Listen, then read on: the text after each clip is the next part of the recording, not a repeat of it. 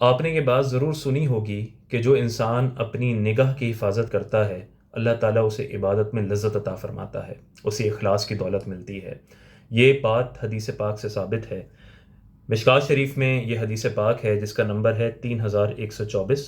وعن ابی امامۃ عن النبی صلی اللہ علیہ وسلم قال ما من مسلم ينظر الى محاسن امرأة اول مرة ثم يغض بصره الا احدث اللہ له عبادۃ یجد حلاوتها، رواہ احمد۔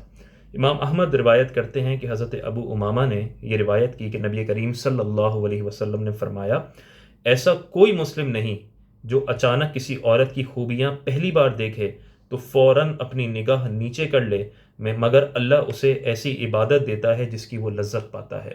یعنی اگر انسان کی نگاہ کسی عورت پر پڑے اور اس کے قلب میں یہ میلان پیدا ہو کہ وہ اسے بار بار دیکھے، اور پھر انسان اللہ کی رضا کے لیے اپنی نظر کو پھیر لے، تو پھر اللہ تعالیٰ اسے عبادت میں لذت عطا فرماتا ہے۔ اور دیکھیں کیا فرمایا کہ ایسا کوئی مسلم نہیں جو اچانک کسی عورت کی خوبیاں پہلی بار دیکھے تو فوراً اپنی نگاہ نیچی کر لے، مگر اللہ اسے ایسی عبادت دیتا ہے جس کی وہ لذت پاتا ہے۔ یعنی جو شخص یہ کام کرتا ہے اللہ تعالیٰ اسے عبادت میں حلاوت عطا فرماتا ہے، لذت عطا فرماتا ہے۔